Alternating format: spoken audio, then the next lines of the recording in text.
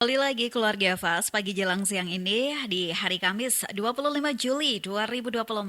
Seperti yang sudah Nisa informasikan tadi bahwasanya pagi ini kita ada dialog kesehatan bersama dengan Rumah Sakit Umum Sulianti dengan tema keluarga Fas ya. Di pagi hari ini temanya adalah kenali penyebab benjolan di leher dan bagaimana cara mengatasinya. Bersama dengan Dr. Sahrial spesialis bedah dari Rumah Sakit Umum Subhanul Waton yang sudah hadir di studio Radio Fas FM pagi hari ini. Kita sapa beliau dulu pagi hari ini. Assalamualaikum dokter. Waalaikumsalam warahmatullahi wabarakatuh.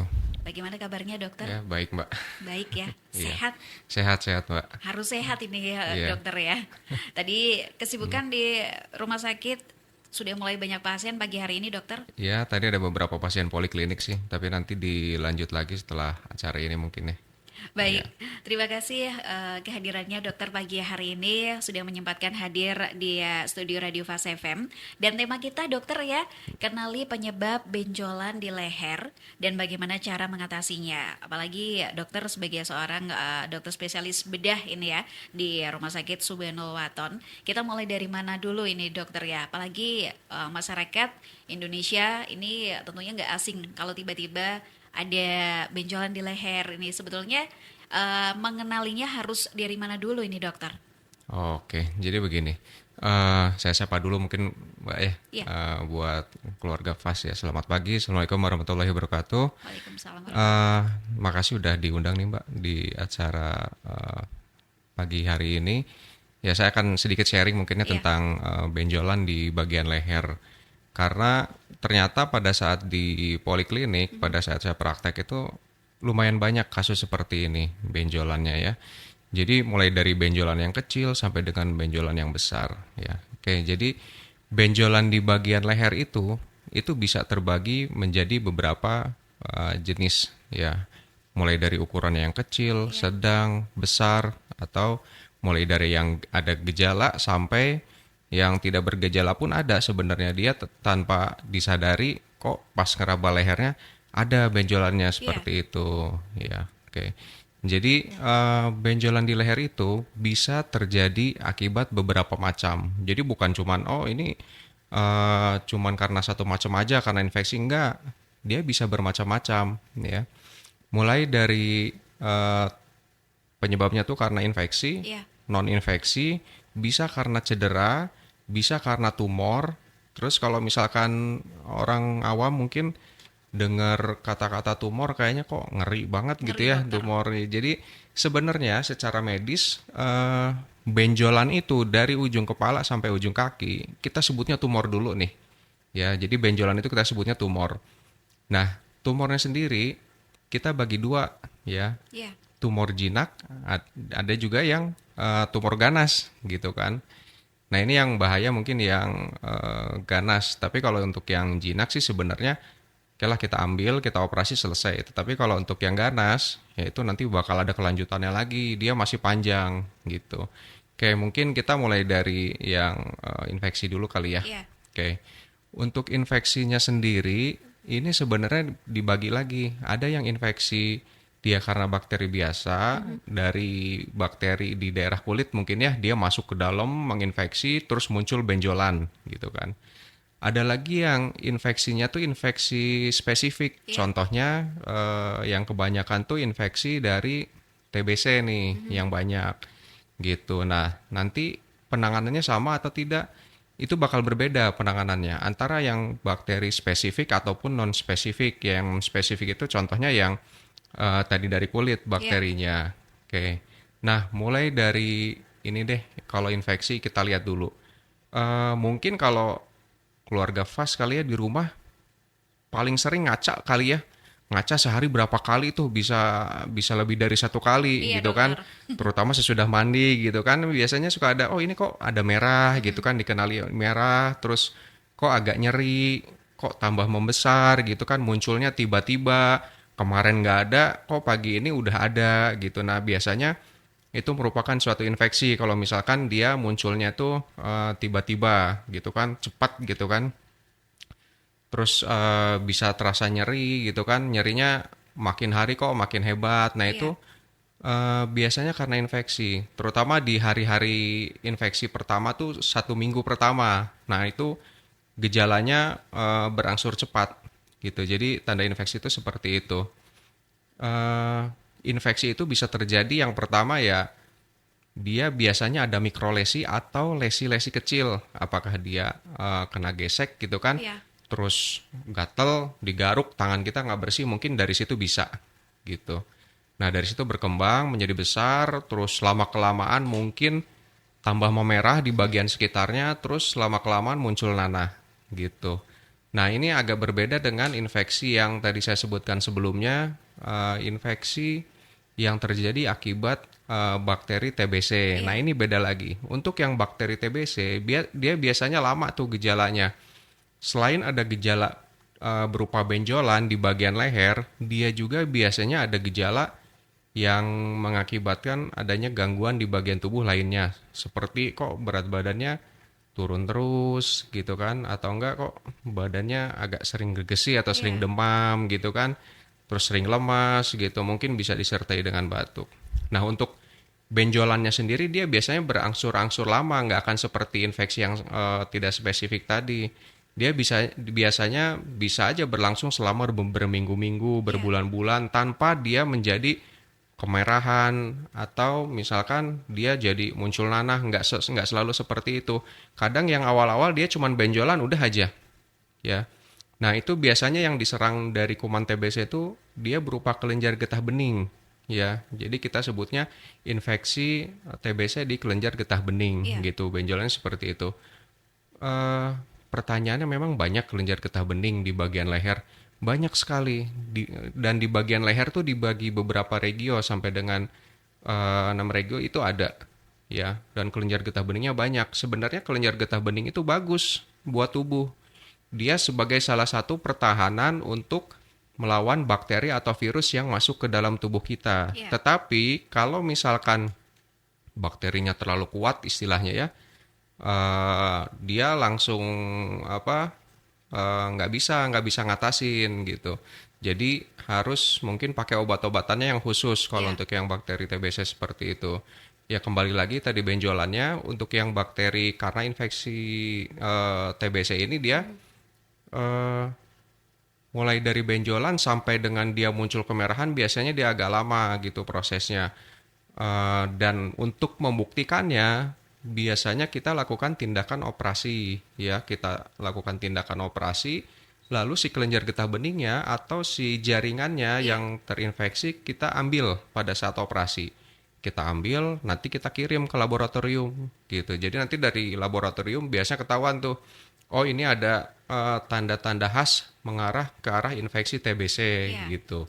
Nah itu nanti kalau misalkan ternyata benar dia infeksi TBC di bagian kelenjar, ya itu nanti dilanjutkan dengan pengobatan dari TBC-nya itu sendiri. Dia biasanya 6 bulan minimal. 6 bulan ya Ah, ah. dokter ya. Beda dengan yang infeksi biasa kayak tadi sebelumnya. Kalau yang itu sebenarnya kita berikan antibiotik, terus kita mungkin bisa kasih anti peradangan, Iya. kita kasih salep. Itu biasanya dia hilang atau menyembuh kurang lebih sekitar ya seminggu 2 minggu lah setelah pengobatan itu bisa. Tapi kalau untuk yang bakteri TBC ini dia agak lama Lama mungkinnya dokter ya. karena 6 bulan gitu dan itu harus dievaluasi terus menerus gitu. Nah itu sedikit tentang infeksi di Iya. bagian leher ya yang melibatkan dari kelenjar getah bening. Oke, Baik. selanjutnya ada apa sih di bagian leher lagi gitu kan. Nah, di bagian leher itu kan banyak organnya ya termasuk yang tadi saya sebutkan kelenjar getah bening, terus ada juga tiroid, ada Iya. juga paratiroid gitu kan. Ada juga ya ototnya ada gitu, bagian lemaknya pun ada gitu. Kadang kita beberapa kasus temukan, oh ini cuman tumor jinak aja yaitu tinggal dioperasi udah gitu selesai. Untuk selanjutnya mungkin kita ke arah tiroid dulu ya yang mungkin Tiroid agak dokter. banyak juga ya. Iya. Jadi tiroid itu merupakan kelenjar hormonal yang ada di bagian depan. Dia bentuknya kayak kupu-kupu. Jadi ada sayapnya di pinggir kanan kiri disambungin di tengahnya ya. Di tengahnya tuh dia agak mengecil dan dia pas persis di bagian depan dari saluran makan sama saluran nafas gitu. Dia nempel banget di saluran nafas. Oke, dari tiroid itu ternyata ada yang nempel juga kelenjar, ya bukan cuma tiroid, kelenjar paratiroid kita sebutnya, Iya, ya. Nah, kelenjar paratiroid ini dia jumlahnya ada 4, ada empat ya. dokter. Yang banyak itu dia ada 4.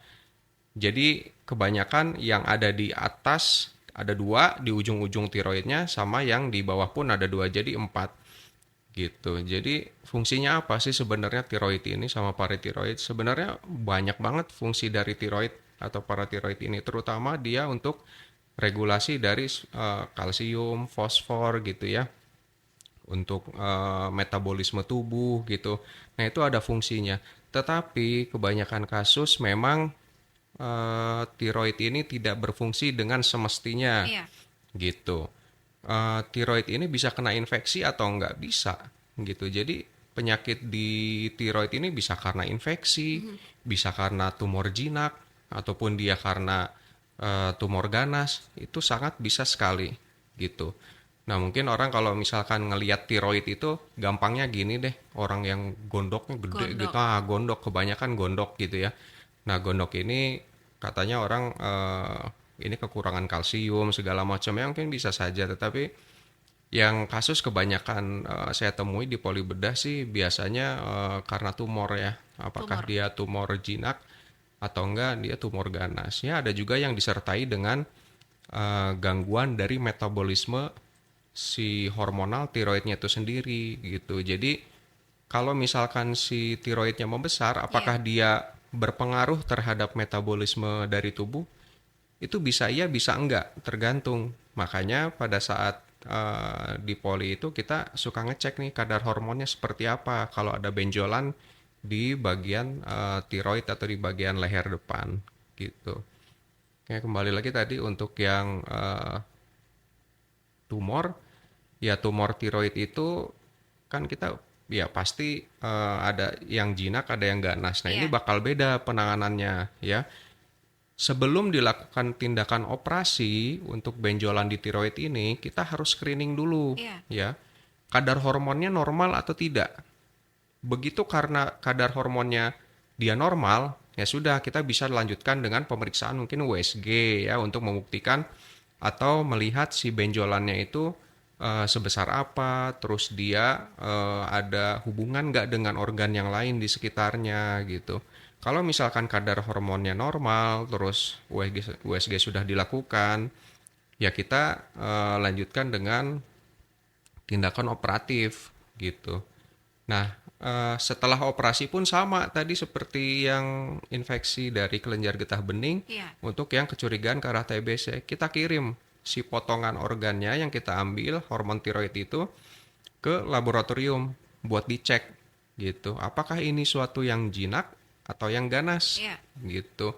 Atau jangan-jangan ini cuman infeksi yang dia membesar gitu kan.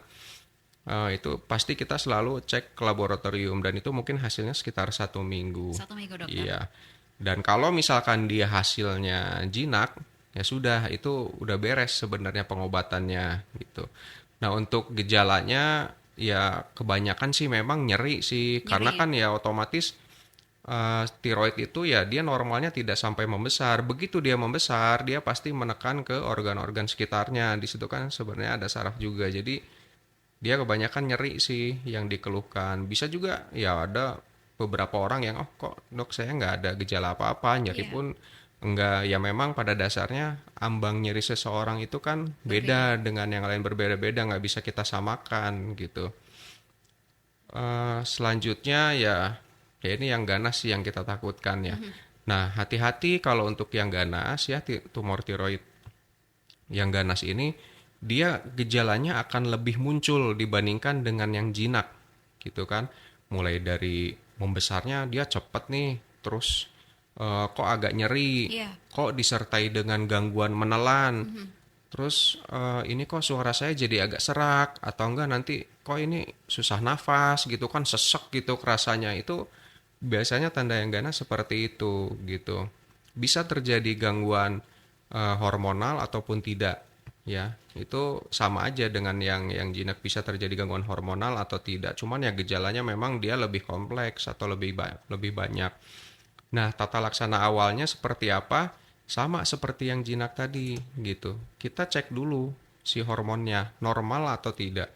Kalau tidak normal, biasanya kita obatin dulu Iya. ya oleh penyakit dalam. Misalkan kita kasih hormon juga gitu untuk obat-obatannya sampai dia mencapai kadar yang ya normal ya kita sebutnya. Sudah itu kita USG lalu kita lakukan tindakan operasi. Nah, untuk tindakan operasi ini baik yang jinak ataupun yang ganas ada beberapa metode atau beberapa cara ya. Ada yang kita ambil sebagian aja deh, kita ambil sebelah gitu kan. Oh, ada yang kita ambil sebagian besarnya, tiga per Iya. empatnya, sampai harus kita ambil semua Semua. gitu. Nah, biasanya kalau eh, jinak, biasanya kita tidak akan ambil semua, tergantung dari besarnya tumor juga. Tetapi kalau udah yang ganas, yaitu sebenarnya langkah yang awal gitu yang diperbolehkan tuh kita ambil dulu sih sebenarnya sebagian sampai terbukti itu ganas ya baru kita ambil semuanya gitu. Baik, terima kasih dokter untuk penjelasannya di pagi hari ini. Dan sudah ada yang bergabung bersama dengan kita dokter Ya. pagi hari ini. Kita akan satu persatu menjawab pertanyaan dari Mbak Maya yang ada di Ngadirejo. Selamat pagi dokter, benjolan kecil di belakang leher atau kepala bagian belakang dekat leher pada bayi atau balita itu apa ya dok? Seperti kelenjar atau apa ya? Dan untuk ukurannya tidak berubah dan saya sering lihat di beberapa anak-anak terutama anak laki-laki, dokter. Bisa langsung dijawab, dokter. Oke, ya, terima kasih atas pertanyaannya, Mbak.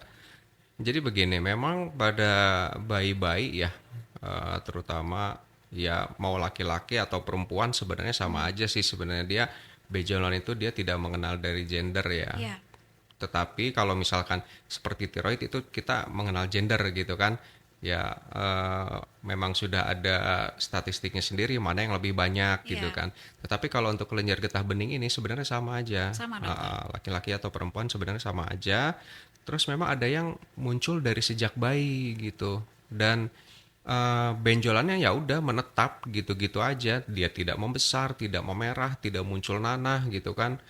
Eh, Kalau untuk yang seperti itu, kita harus lihat dulu nih gejala yang lainnya, Iya, ada atau tidak yang tadi saya sebutkan. Kalau misalkan disertai dengan gejala yang, kok anaknya susah ya naik berat badannya, atau misalkan kok anaknya susah gitu makan, bayinya itu mungkin harus diambil dan harus kita cek di laboratorium. Tetapi kalau misalkan tidak bergejala, ini biasa-biasa aja kok anaknya gitu kan, nggak rewel, makan gampang, berat badannya naik-naik terus, ya udah nanti kita biarkan aja dulu sampai iya, dewasa. Kalau misalkan dia menghilang dengan sendirinya sih nggak masalah gitu. Nah biasanya kalau pada bayi itu dia lebih ke arah hiperreaktif ya kita sebutnya. Memang lagi aktif aja sih pada saat bayi itu atau iya. kecilnya kita sebutnya. Jadi nanti kita biarkan dulu sampai dia agak besar. Kalau misalkan masih besar dan umurnya udah cukup lah kita katakannya, mungkin kita bisa diambil ya. Kalau sudah mengganggu sih, tapi kalau nggak mengganggu sebenarnya nggak usah diapa-apakan Nggak ya. perlu ya, dokter Nggak ya. perlu kalau misalkan tidak mengganggu, tidak ada gejala yang lainnya ya sudah. Tetapi kalau misalkan sudah mengganggu ya sudah kita ambil, apalagi ada gejala yang lainnya. Itu untuk sebagai ya sebagai tanda sih Iya. sebenarnya ya kalau untuk kelenjar getah bening itu apakah ada infeksi di tempat lain mungkin bisa gitu seperti infeksi di paru gitu ya. Nah, itu bisa salah satu gejalanya muncul benjolan di leher itu dan itu kita ambil. Biarin aja kalau masih baik sih, kalau terutama kalau nggak bergejala. Baik, dan dokter, ini ada juga yang sudah bertanya, jadi ketika sudah ada benjolan di leher, kapan kita harus merasa khawatir ini dokter ya? Kok tiba-tiba muncul benjolan ini? Ini langsung untuk langkahnya adalah pemeriksaan atau bagaimana dokter? Oke, jadi buat keluarga Fas sendiri, kalau misalkan ternyata menemukan dengan tidak sengaja gitu ya, ada benjolan di leher, nanti kita lihat dulu, nggak harus langsung buru-buru, langsung pergi ke dokter, nggak juga sih sebenarnya. Nanti kita lihat, eh, kalau misalkan dia suatu infeksi, dia cepet kok, dia nggak akan sampai 7 hari dia cepat Iya, membesar ya. Nah kalau untuk eh, dia tidak ada gejala sama sekali gitu kan, cuman benjolan kayak biasa aja kecil, tidak membesar, tidak menimbulkan nyeri, itu tidak perlu buru-buru. Nah, kalau misalkan kapan kita khawatir? Ya pertama ya pasti kalau sudah ada mulai tanda-tanda infeksi, Baik. dia kemerahan, nyeri, apalagi sampai mengeluarkan nanah, itu harus cepat-cepat berobat ya. Nah, kalau misalkan si benjolannya kok nggak ada kemerahan tapi dia lama-lama besar besar besar, oh itu cepat harus diperiksain sih kalau menurut saya. Apalagi ya kalau misalkan si benjolannya itu dia disertai dengan gejala yang lainnya seperti panas badan gitu kan, sering lemas. Nah itu harus harus cepat diperiksain sih gitu. Kalau nggak ada tanda-tanda seperti itu sebenarnya nggak harus buru-buru ke dokter kok. Baik, terima kasih dokter. Dan sebelum kita break jeda iklan berikut ini dokter, kita selesaikan satu pertanyaan dulu Iya, sebelum nanti juga sudah mulai banyak ini pertanyaan di pagi hari iya, ini. Dokter, yang ingin saya tanyakan, beberapa waktu lalu kan sering ya ada musim anak-anak terkena gondongan. Nah, ini sebetulnya gondongan ini semacam apa dokter ya? Kalau zaman-zaman kita dulu kan diobatin ini sama simbah-simbah itu pakai biru-biru belawu itu dokter. Sebetulnya ini manfaatnya apa ya dokter ya? Apakah sesuai kalau di dunia medis ini seperti apa bisa dijelaskan? oke, jadi sebenarnya ini ada yang lain lagi sih. Kan tadi kita baru bahas infeksi ya, infeksi yang spesifik, non spesifik, kita baru bahas ya tiroid. Sebenarnya kalau untuk gondongan itu beda dengan gondok ya. Gondongan itu memang secara medis itu adalah pembesaran dari kelenjar liur yang mayor ya. Jadi kelenjar liur itu ada yang mayor, ada yang minor. Nah, ini salah satunya yang mayor. Dia biasanya di bawah rahang atau enggak deket telinga. Iya. Dia parotis atau submandibula yang kita sebutnya seperti itu. Pokoknya intinya dia peradangan dari kelenjar liur. Ya, biasanya karena apa? Biasanya dia kadang ada masalah di dalam mulutnya, di dalam rongga mulutnya, atau memang dia ada infeksi di bagian situ gitu.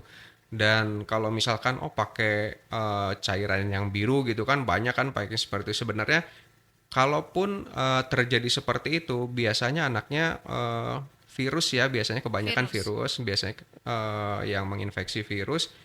Dan kok pakai yang biru-biru itu dia sembuh gitu kan, sebenarnya bukan dari biru-birunya sih sebenarnya ya. Soalnya istirahat di rumah, pakai biru-biru kan jadi malu keluar rumah ini mungkin gitu dokter. Ya mungkin seperti itu kan, kalau misalkan seperti itu anaknya ya kita kasih obat gitu kan. Kalau virus kan kita kasih obat suportif, contohnya ya obat-obat buat menguatkan daya tahan tubuhnya, Iya. kita kasih obat buat ngurangin gejalanya. Kalau misalkan dia nyeri ya kita kasih anti nyeri gitu kan. Yaitu dengan sendirinya dengan obat-obatan yang kita pakai, yang kita berikan, dia bisa sembuh sih sebenarnya gitu. Jadi kalau pakai biru-biru itu sembuh ya itu mungkin adat dari atas kali ya, dari orang-orang tua kita. Tapi sebenarnya Iya. pakai obat-obatan, istirahat di rumah itu biasanya cukup sih seperti itu. Baik, Gitu. terima kasih dokter pagi hari ini dan keluarga Fas. Kita masih nantikan pertanyaan Anda di 0815 7870 9640. Masih bersama dengan Dokter Sahrial, spesialis bedah dari Rumah Sakit Umum Subhanul Waton. Dan tema kita pagi hari ini adalah kenali penyebab benjolan di leher dan bagaimana cara mengatasinya. Nanti kita akan kembali lagi dokter ya Ya. setelah jeda iklan berikut ini.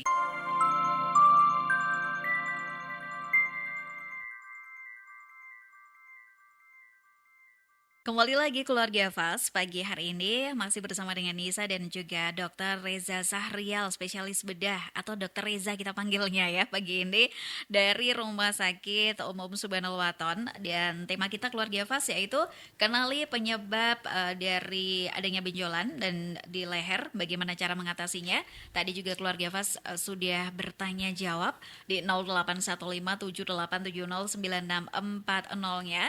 Satu persatu insya Allah kita akan bacakan juga untuk pertanyaannya. Kita mulai lagi nih dokter ya pagi hari Ya. ini. Dokter, saya mempunyai benjolan sebesar kacang kedelai di leher bagian belakang. Kalau dipencet terkadang terasa sangat nyeri, kadang juga tidak. Bahkan saya tidak bisa mengarahkan kepala saya ke atas. Kira-kira ini benjolan apa ya dok? Dan adakah cara untuk mengobatinya? Oke, ya terima kasih atas pertanyaannya. Oke, jadi kalau untuk yang di belakang leher, apalagi dia tidak terlalu besar sebenarnya ya, tapi kalau misalkan dipencet nyeri gitu kan, Iya. itu bisa beberapa hal. Pertama, bisa aja merupakan suatu kista ya, kebanyakan sih kista aterom kita sebutnya. Itu kalau dipencet memang nyeri juga. Biasanya itu karena ada sumbatan dari satu kelenjar di situ dia nggak bisa keluar gitu kan, jadinya dia membesar gitu. Jadi bisa juga merupakan suatu tumor jinak jaringan lunak sih di bagian situ. Jadi kalau misalkan memang sudah mengganggu gitu kan, apalagi kalau misalkan dia noleh aja kok sakit gitu Iya. ya, memang harusnya diambil sih, dilakukan pembedahan. Tetapi kalau misalkan tidak mengganggu sih nggak usah. Ya sebaiknya memang harus diperiksa dulu sih di poliklinik kalau misalkan mau. Tetapi rata-rata kalau untuk benjolan biasanya dia tidak bisa hilang pakai obat aja biasanya ya gitu, harus diambil sih, tapi harus kita pastiin lagi sebenarnya ya kalau untuk yang di belakang leher itu, karena sebenarnya kalau untuk di belakang leher itu tidak ada organ yang seperti di bagian depan seperti tiroid atau paratiroid seperti itu mungkin. Baik, terima kasih dokter untuk penjelasannya. Dan juga lanjut ini dokter ya. Dokter, saya wanita 30 tahun menderita penyakit tiroid dari MCU. Ini mendapatkan hasil pemeriksaan darah dengan TSH 0,77 dan T4 15,64. Bahaya penyakit tiroid pada wanita ini apa ya dokter ya? Oke, ya, terima kasih. Ini udah dicek fungsi hormonnya juga ya. Nah, sebenarnya saya belum nggak ada keterangannya dia pakai obat apa gitu ya. Tidak Cuman dijelaskan nih dicek dokter. aja ya Iya. darahnya. Oke, jadi gini, kalau misalkan tiroid itu normalnya dia mengatur metabolisme tubuh, banyak yang diatur oleh tiroid itu. Tetapi jika sudah kadarnya dia nggak normal, apa katakanlah dia jadi hipertiroid atau hipotiroid atau misalkan dia subklinis atau dia bergejala dengan ada klinisnya, gejalanya bisa bermacam-macam gejalanya.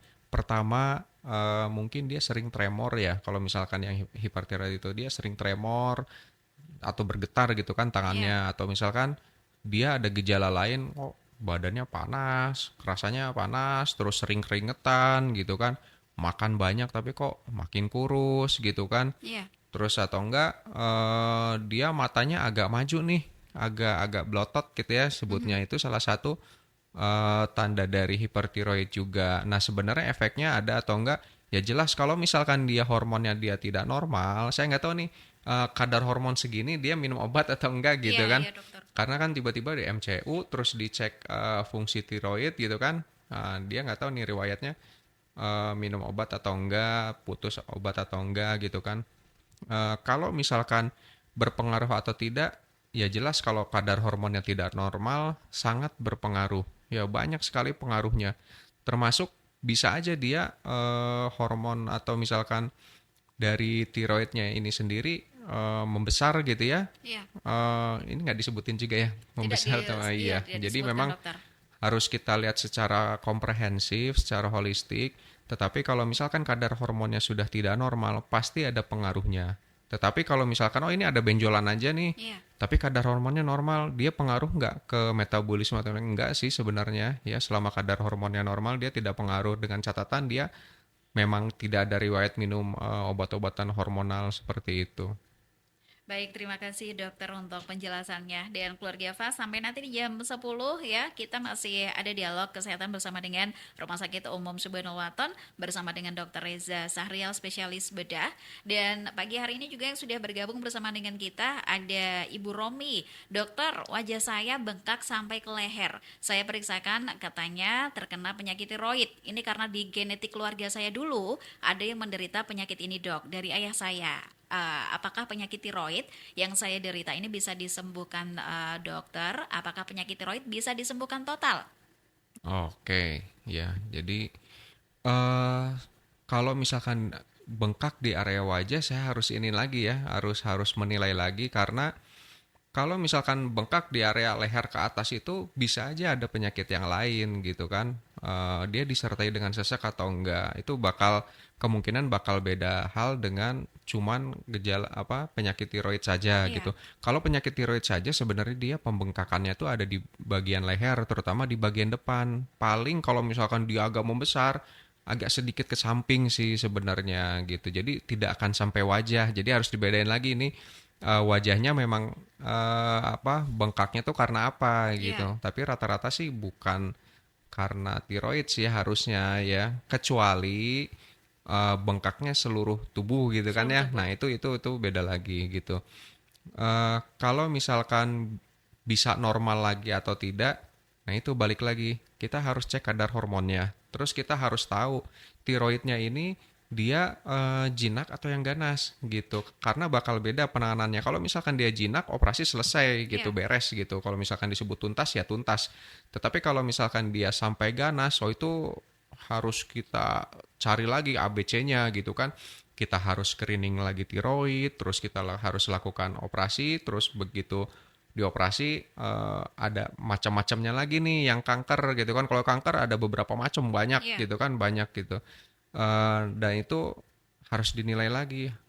Dia harus disinar atau tidak gitu, harus diberikan terapi ablasi atau tidak gitu kan, itu masih banyak. Dan kalau untuk yang kanker, ya memang kalau sudah stadium lanjut agak susah Susah kalau dokter. kalau yang nama kanker atau tumor ganas. Tetapi kalau misalkan dia ganas dan ketahuannya di awal nih, itu biasanya bagus sih prognosisnya. Atau misalkan buat keberlangsungan hidupnya, kalau ketahuan sejak awal itu lebih baik sih dibandingkan yang sudah lanjut gitu kan. Jadi ya cepet diperiksain aja. Pokoknya kalau misalkan sudah didiagnosis, oh ini ada masalah nih di tiroidnya gitu. Baik, terima kasih ya dokter. Dan juga yang sudah bergabung bersama dengan kita ada Ibu Firman ini yang ada di Muntilan, dokter. Selamat pagi. Saya pernah baca informasi bahwasanya setiap orang ini punya amandel dokter, tapi kadang-kadang ada yang harus dioperasi. Sebetulnya penyebabnya kenapa dokter? Malahan tetangga saya di usia 40 tahun ini operasi amandel sekarang jadi mudah sakit atau istilah kalau orang Jawa sini bilang apa-apa mudah sakit, ringkih, rapuh dokter. Iya, iya, oke. Amandel ya sebenarnya kalau untuk amandelnya sendiri dia tidak akan muncul seperti benjolan yang ada di leher kita, sebenarnya enggak, tapi dia lebih di arah di dalam lah, di dalam Iya, rongga mulut dan tenggorokan ya kalau amandel itu. Nah, sebenarnya setiap orang itu ada amandelnya gitu. Fungsinya apa? Fungsinya yaitu buat ketahanan tubuh juga, iya, terutama di rongga mulut. Dia ada fungsinya kok. Ya Allah sendiri kan menciptakan sesuatu pasti ada fungsinya, termasuk iya dokter. amandel.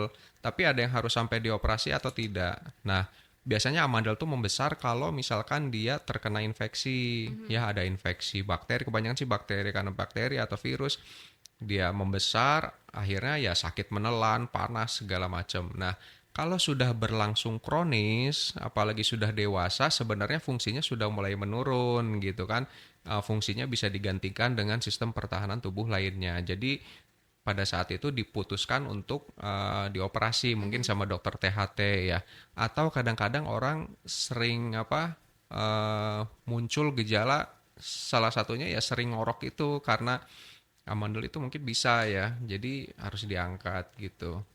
Ya rata-rata sih yang sudah kronis itu memang harus diangkat karena fungsinya sudah mulai berkurang. Dan itu hanya sebagai tempat infeksi aja jadinya gitu. Secara awam sih mungkin seperti itu. Baik, terima kasih ya dokter untuk penjelasannya. Dan keluarga Fas, kita akan kembali lagi setelah ini, setelah jeda iklan berikut ini, masih bersama dengan Dokter Reza, spesialis bedah dari Rumah Sakit Umum Subhanul Waton.